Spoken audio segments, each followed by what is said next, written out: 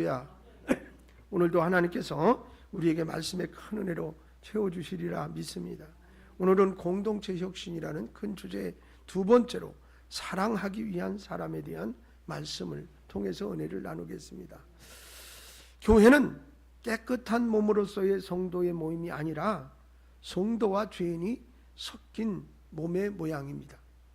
만일 교회에 깨끗한 사람만 있다면 죄를 회개할 이유도 없고 예배에서 죄 사함을 위한 기도할 필요가 없고 또한 성도들끼리 서로 문제가 일어날 일도 없을 것입니다.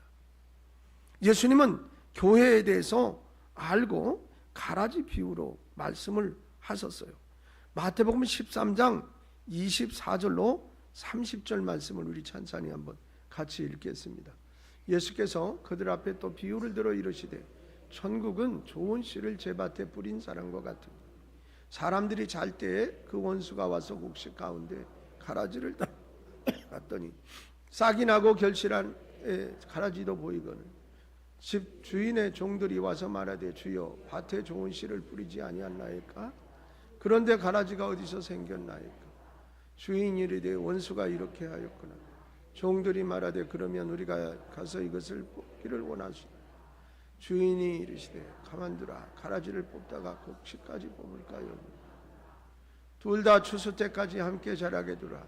추수 때에 내가 추수꾼들에게 말하기를 가라지는 먼저 가두어 부르사르기에 다늘어 묻고 곡식은 모아내 곡간에 넣으리라.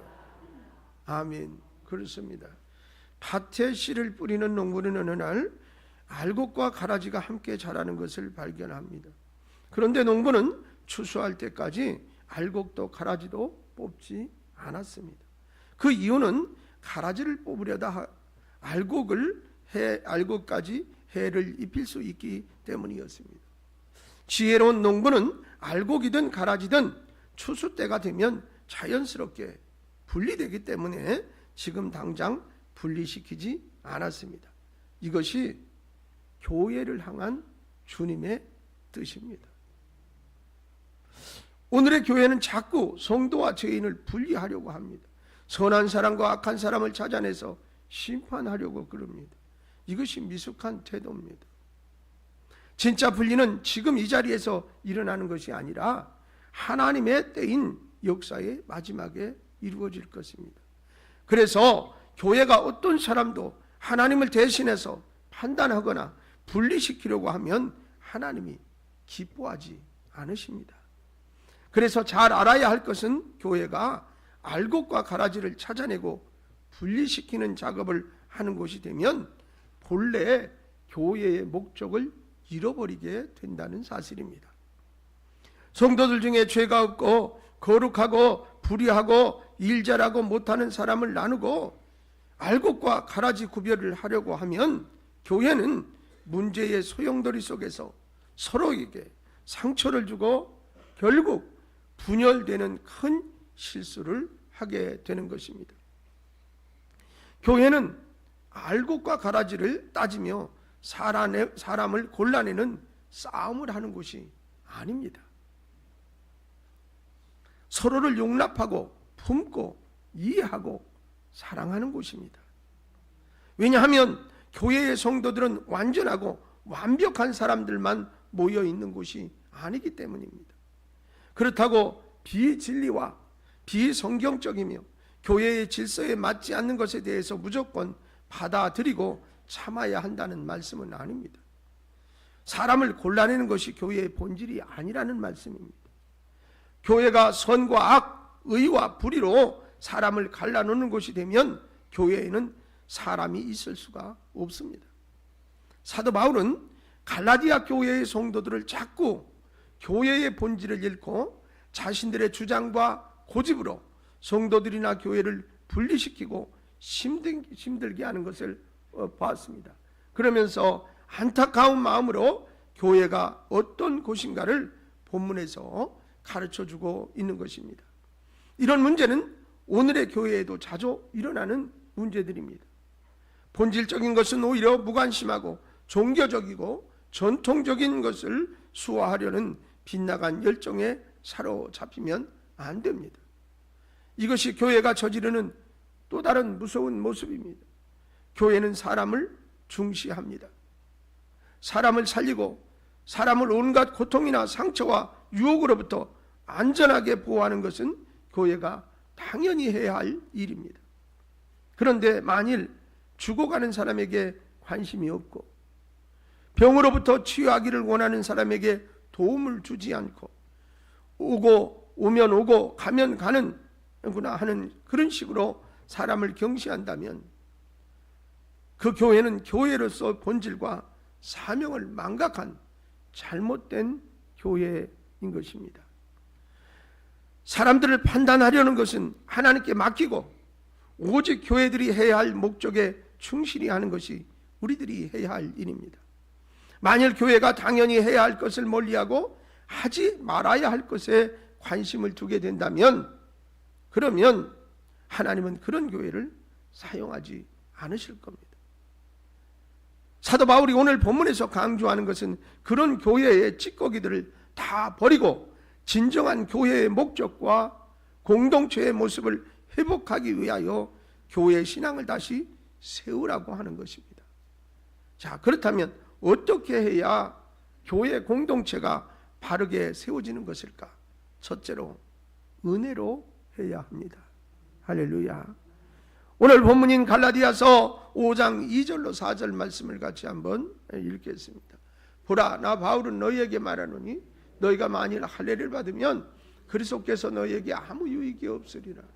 내가 할례를 받는 각 사람에게 다시 증언하노니 그는 율법 전체를 행할 의무를 가진 자라. 율법 안에서 의롭다함을 얻으려 하는 너희는 그리스도에게서 끊어지고 은혜에서 떨어진 자로다. 자, 갈라디아 교회는 할례와 율법 때문에 사람들이 문제에 소용돌이에 시말렸습니다.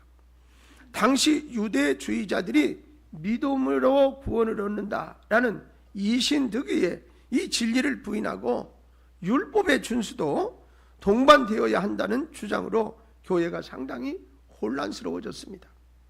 그러나 사도 바울은 구원이란 행위의 문제가 아니라 하나님의 은혜라 그렇게 말했어요. 왜 은혜가 중요합니까? 사람은 율법을 다 지킬 수 없기 때문입니다. 만일 사람이 율법을 다 지킬 수 있다면 하나님의 은혜가 필요치 않습니다. 그러나 율법을 지키지 못하는 사람은 죄인이 되어버립니다. 보실까요? 야고보서 2장 10절로 11절 말씀을 같이 한번 읽겠습니다.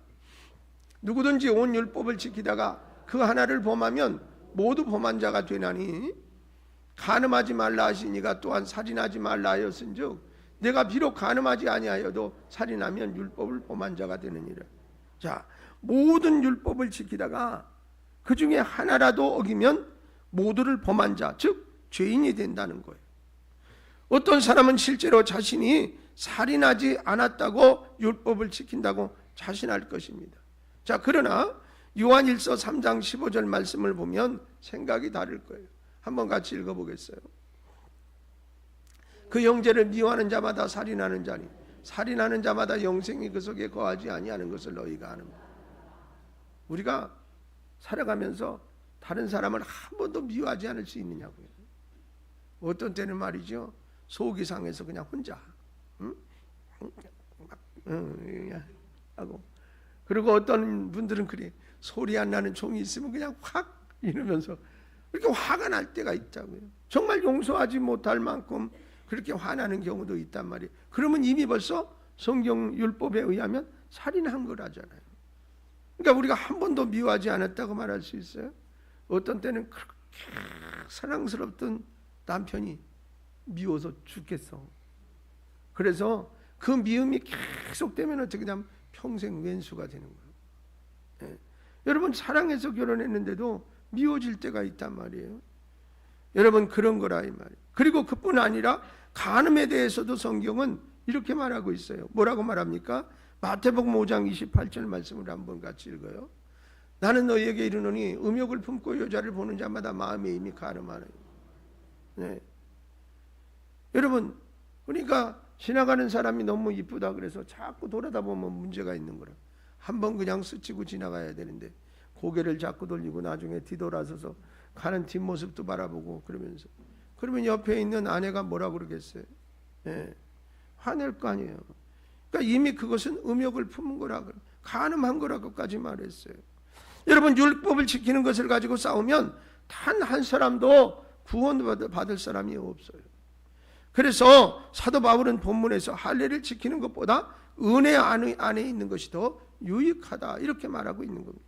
할례나 율법은 싸움을 하라고 준 것이 아니라 하나님의 은혜를 알도록 한 것이라. 사랑하는 여러분, 율법을 지키라고 하는 것이라기보다 하나님의 은혜를 깨닫고 알게 하기 위한 도구입니다. 교회 생활은 율법을 얼마나 지키고 이행하는가에 있지 않고 얼마나 하나님의 은혜를 알고 느끼는가에 있습니다. 율법의 잣대로 사람을 저울질하며 잘하고 잘못한 것을 가지고 싸운다면 교회는 분열되고 상처로 얼룩지게 됩니다. 그러나 구원뿐만 아니라 교회 생활 모든 것을 하나님의 은혜로 받아들이면 감사가 넘치고 사랑이 넘치는 것입니다. 교회 공동체를 세우는 것은 은혜이지 율법이나 할례가 아닙니다. 그러므로 교회 공동체는 은혜의 공동체가 되어야 합니다. 할렐루야. 고린도전서 15장 10절 말씀을 다 같이 읽겠습니다.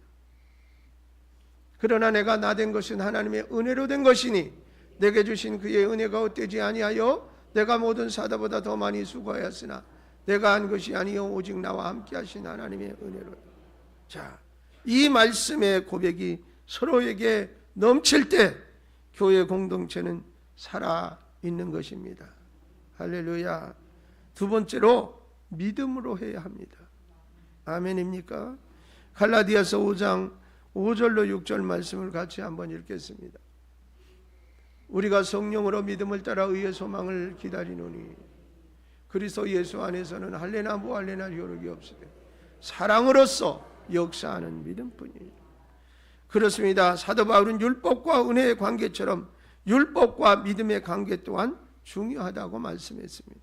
바로 믿음은 두 가지로 성령을 따르는 믿음과 사랑으로 역사하는 믿음입니다. 진정한 의는 율법의 행위가 아니라 믿음의 의입니다. 성경을 연속해서 세 군데 읽겠습니다. 로마서 말씀입니다. 3장 28절, 5장 1절, 3장 22절 말씀을 계속 한번 읽겠습니다. 그러므로 사람이 의롭다 하심을 얻은 율법의 행위에 있지 않고 믿음으로 되는 줄 우리가 인정하노. 그러므로 우리가 믿음으로 의롭다 하심을 받았으니 우리 주 예수 그리스도로 말미암아 하나님과 화평을 누리죠. 한 절 더 있어요. 곧 예수 그리스도를 믿음으로 말미암아 모든 믿는 자에게 미치는 하나님의 의인이 차별이 없느니라. 할렐루야. 그렇습니다. 믿음으로입니다. 그리고 의를 이루는 것은 성령님이 하시는 것입니다. 보실까요? 에베소서 1장 13절 말씀을 보세요. 그 안에서 너희도 진리의 말씀 곧 너희의 구원의 복음을 듣고 그 안에서 또한 믿어 약속의 성령으로 인치심을 받았으니. 아멘. 또한 그 믿음은 할례와 무할례의 효력이 아니라 사랑으로 역사하는 믿음이라 라고 로마서 4장 9절로 또한 갈라디아서 3장 11절에 말했습니다. 뿐만 아니라 로마서 4장 15절에는 율법은 사랑이 없다라고 말했습니다. 로마서 3장 19절에는 율법은 심판이라고 말했습니다. 갈라디아서 3장 19절과 야고보서 2장 9절은 율법은 범법자로 만든다고 했습니다. 로마서 2장 27절에 율법은 정죄한다고 말하고 있습니다. 그러나 예수 그리스도의 사랑의 믿음은 사람을 살리는 생명을 주고 사람을 구원합니다. 사랑하는 여러분, 교회는 성령의 역사와 사랑의 역사를 믿는 믿음이 충만한 곳이 되어야 합니다. 교회는 믿음의 고백 공동체입니다. 법도 아니고 행위도 아니고 오직 믿음입니다. 할렐루야. 로마서 3장 27절 말씀을 같이 읽어볼까요? 그런즉 자랑할 때가 어디냐? 있을 수가 없느니라. 무슨 법으로냐? 행위로냐? 아니라 오직 믿음의 법으로. 믿음의 법으로. 오직 믿음으로 구원을 보고 공동체를 보면 믿음의 효력이 의를 세우고 교회를 세우고 성도를 세우는 것임을 알게 됩니다. 우리는 믿음으로써 세워진 공동체를 알고 믿음으로 관계를 만들어 가야 할 줄로 믿습니다. 너무 자기의 율법대로 사람을 올무에 묶어두려 하고 율법으로 사람을 골라내려고 하지 말아야 합니다. 이제는 성령을 따르는 믿음과 사랑으로서 역사하는 믿음으로 하십시다.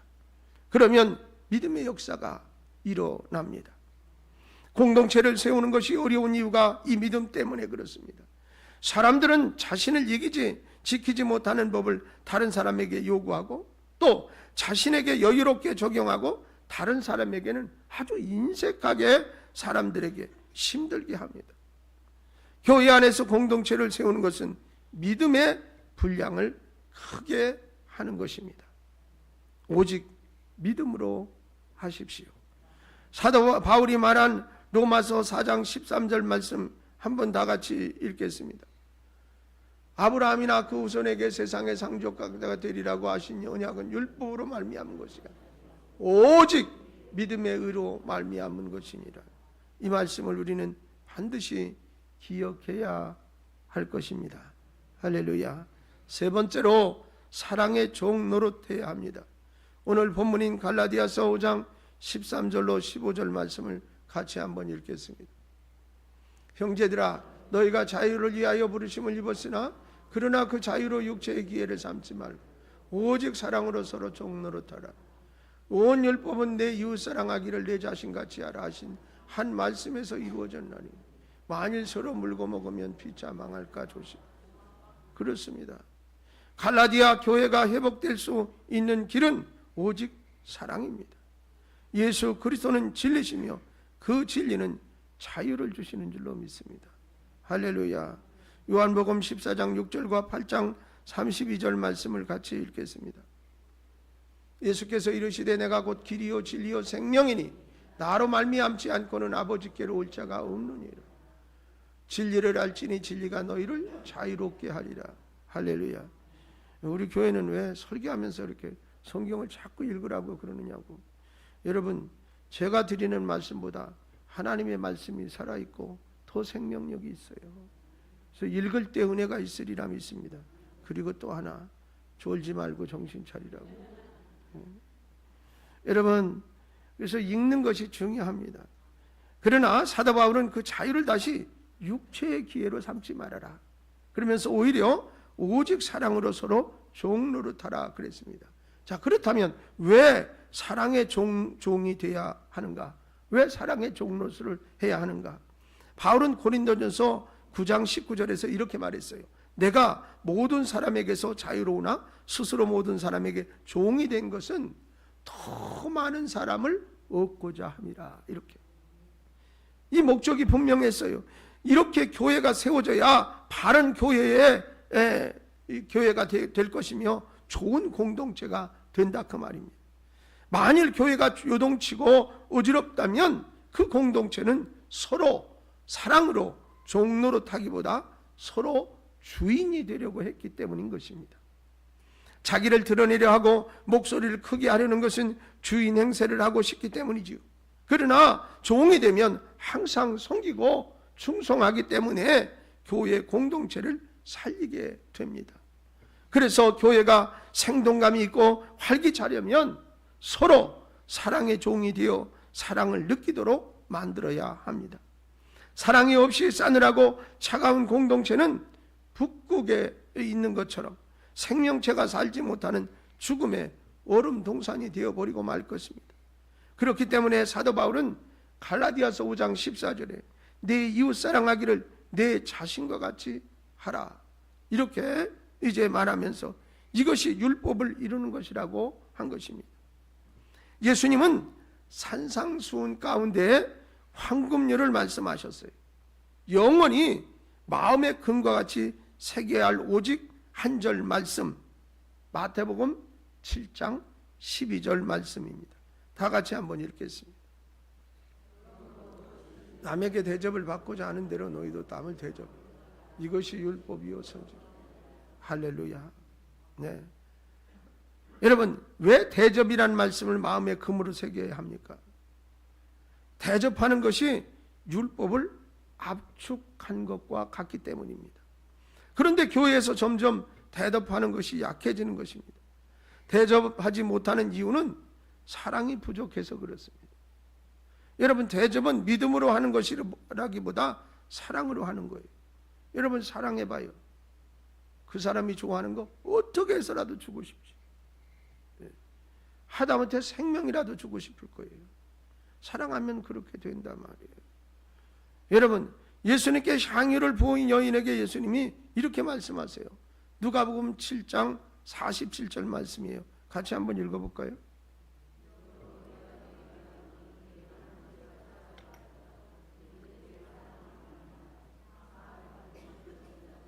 아멘. 사랑이 많기 때문이라 그랬어요. 사랑이 많기 때문에. 예수님은 마가복음 12장 31절에서 둘째는 이것이니 내 이웃을 내 자신과 같이 사랑하라 하신 것이라. 이보다 더 큰 계명이 없느니라 라고 말씀을 하셨습니다. 율법의 안성과 가장 큰 계명이 바로 사랑인 것입니다. 사랑하는 성도 여러분, 우리 교회는 얼마나 많이 사랑하고 있는 교회입니까? 예수님의 사랑, 칼보리의 사랑, 십자가의 사랑, 이게 넘치는 교회입니까? 우리가 교회에서 먼저 해야 할 것이 무엇입니까? 우리가 가정에 돌아가서 먼저 해야 할 것이 무엇입니까? 잘못한 것을 찾아내는 일입니까? 율법에 걸려들게 하는 것입니까? 아니면 예수님의 사랑을 전하는 것입니까? 교회나 가정을 살게 하는 방법은 오직 사랑의 종노릇 하는 것입니다. 할렐루야. 본문 마지막 갈라디아서 5장 15절 말씀을 같이 한번 읽을까요? 만일 서로 물고 먹으면 피차 멸망할까 조심하라. 그렇습니다. 충격적인 말씀이지만 흔하게 교회에서 일어나고 있는 모습입니다. 서로 망하는 길을 가지 않도록 조심해야 합니다. 사랑하지 않고 서로 물고 먹으면 모두가 멸망하게 된다고 말하고 있지 않습니까? 율법이 무서운 것이 이것이에요. 율법은 율법을 만들고 결국 율법의 종이 되도록 만듭니다.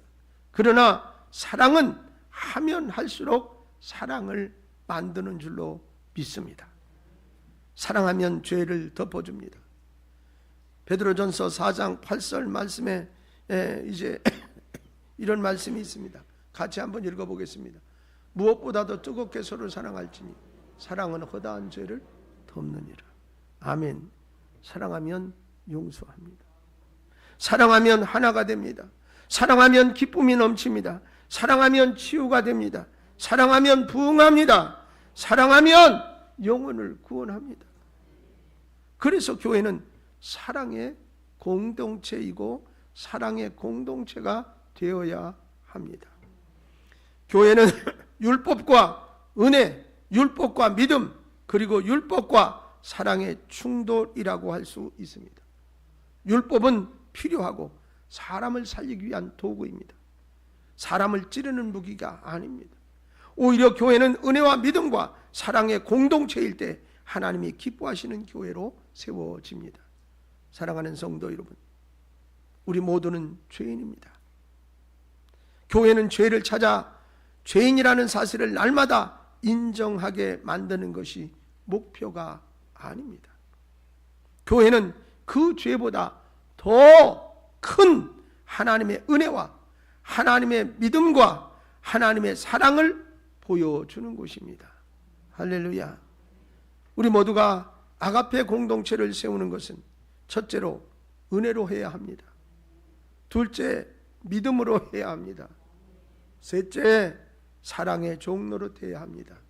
사랑하는 여러분, 교회에서뿐만 아니라 우리가 사는 나의 활동 반경에서, 특별히 가정에서 이와 같은 일을 실천함으로 사랑이 가득한 가정, 사랑이 넘치는 여러분의 주변을, 그리고 사랑이 넘치는 교회 공동체를 만들어가는 우리 모두가 되기를 주님의 이름으로 축원합니다. 찬송하겠습니다.